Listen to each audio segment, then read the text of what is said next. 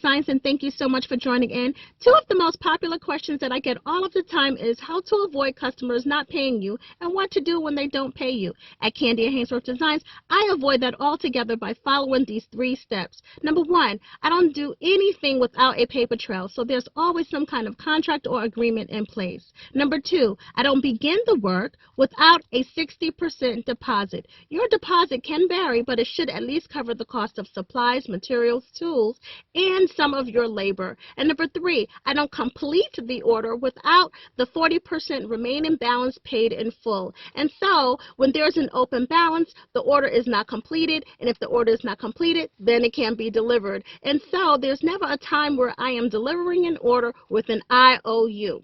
Here's what you want to keep in mind. You want to keep in mind that if you deliver an order with only a deposit being submitted, then technically you have delivered the order for a small fraction of the cost with an IOU. And so you are now putting your business at a vulnerable state. That's never the case here at Kandia Haynesworth Designs, simply because by the time the order is delivered, the balance was well satisfied.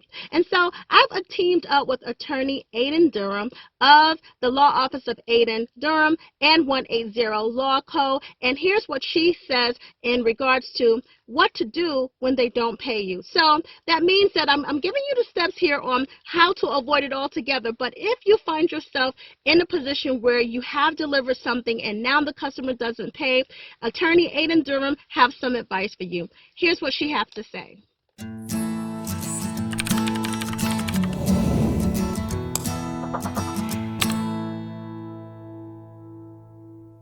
Hi everyone, I'm Aiden Durham with 180 Law Co. in Denver, Colorado, and you're watching All Up in Your Business. This episode of All Up in Your Business is going to be all about getting pizzed, or what to do if you're not getting pizzed because you have clients who are not pizzing you. We've all been there, and if you haven't, you most likely will be there. There will come a time when you provide a great service or a great product to one of your clients. You're so happy with the work that you've done. They're so happy. Everything's going fantastically. You give them your final invoice, and then boom, silence. You're suddenly ghosted by this client who has been so responsive and so present the whole time. And then as soon as it comes time to pay the bill, they're gone. It happens. So what are we going to do about it? The first thing to do in this situation is give the client the benefit of the doubt. Assuming this is their first offense, if they're a repeat offender, then don't give them the benefit of the doubt anymore. But if this is the first time they've failed to pay something on time, or if they failed to pay an invoice, give them the benefit of the doubt.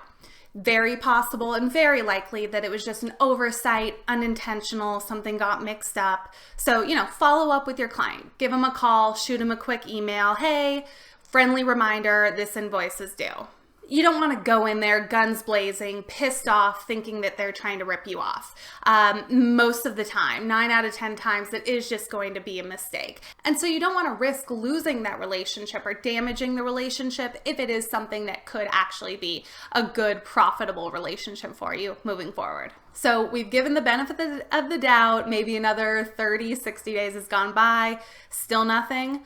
Okay, maybe this wasn't just an oversight. Maybe there's a little something else going on behind the scenes. So the second thing to do if your client isn't paying, follow up in writing and in as many forms and mediums as you can. So send another invoice, send it over email, send it over normal mail, USPS, US Postal Service, preferably either certified and or return receipt requested. Sending it via mail and email is a good way to make sure it's getting to your client, because maybe something went wrong with their email and they're not getting it, or maybe something's wrong with their mail and they're not getting it. So we're trying to cover the board and send it to them every way possible so we make sure they've received it.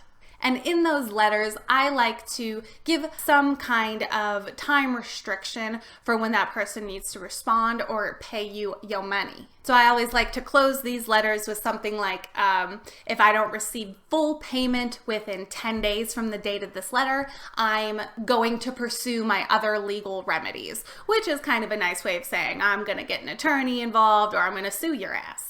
So that way your client knows this is serious. I'm not effing around with this. Bitch better have my money. Of course, we can send as many letters as we want. That's not always going to do the trick. So what do we do from here?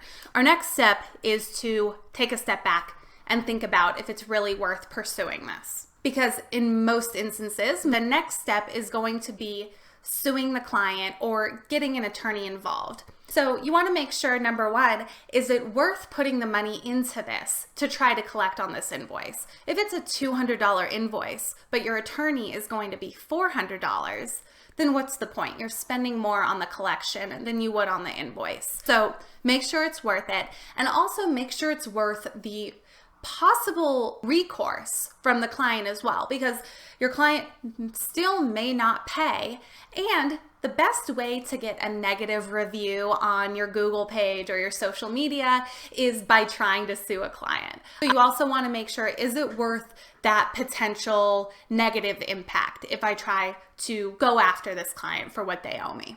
And the third thing when you're thinking about this is, can this client even pay? Because if someone doesn't have the money to pay, they're still not going to have the money to pay, even if a court or a judge orders them to pay. So before we do anything else, I like to seriously consider, is it worth the time, money, hassle, and potential negative recourse for going after this? If we've decided that it is worth it, then the next thing to do is either get... And so if you want to watch the full video for Aiden Kramer, you would have to click the link below and be transferred over to her YouTube channel to give her some support.